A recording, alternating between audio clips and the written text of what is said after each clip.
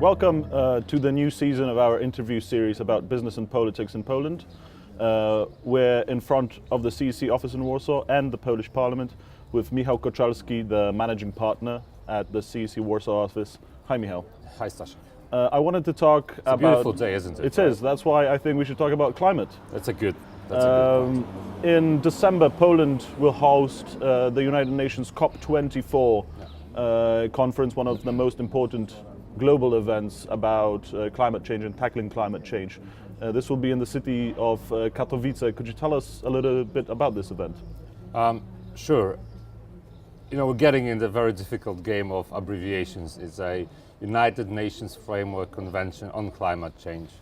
So this is like the umbrella organization agenda of the United Nations, which is responsible for basically realizing the agreements of Kyoto Protocol that was signed by, I think, 167 countries, and obliges them, and the idea is to oblige them legally to tackle climate change and to diminish the gas emissions.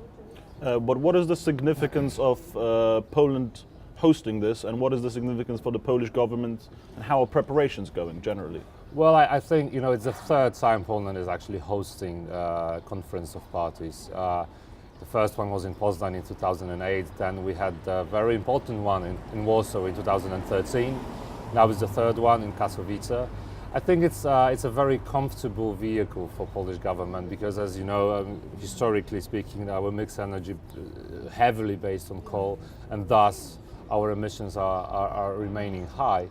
But when we compare the progress we made for the past 21 years right now, from the 97, on comparing to 1990 targets, which will be maybe even better. So progress made over 28 years shows that we actually met the Kyoto standards. And this is a very strong argument that the government is using at any, you know, either EU or international, during EU or international negotiations, when someone is, you know, accusing us of, you know, not dealing with the problem. So I think that's why Poland has always been very strong on advocating and hosting the event. That's the wide perspective, but in the details, the former Minister of Environment, Jan Szyszko, is still the president of this session. Now, there were some gossip that this may change. Is that true, and is that important at all? Well, I think it's our very Polish Game of Thrones around any position, and actually this one is very significant. And just to give you an example, in 2013, it was Marcin Korolec who was president of Conference of Parties, as it is called, the president of COP. And it actually starts a year prior to the event. So he was presiding over this, and he was dismissed, I think, on the 6th or 7th day on the conference itself as the Minister of the Environment in Poland. So I think it's, you know, this is less important. What's more important is whether our government will prepare the agenda for the event and would like to meet any objectives. From what I know, one of the main issues that will be raised from Polish administration is the so-called water program. And this is the idea that is already being negotiated and consulted with the United Nations agenda for water issues. And it's to tackle, I think, two major areas. One is water supplies that are decreasing significantly, and Poland is one of the unfortunately good examples of that of the process.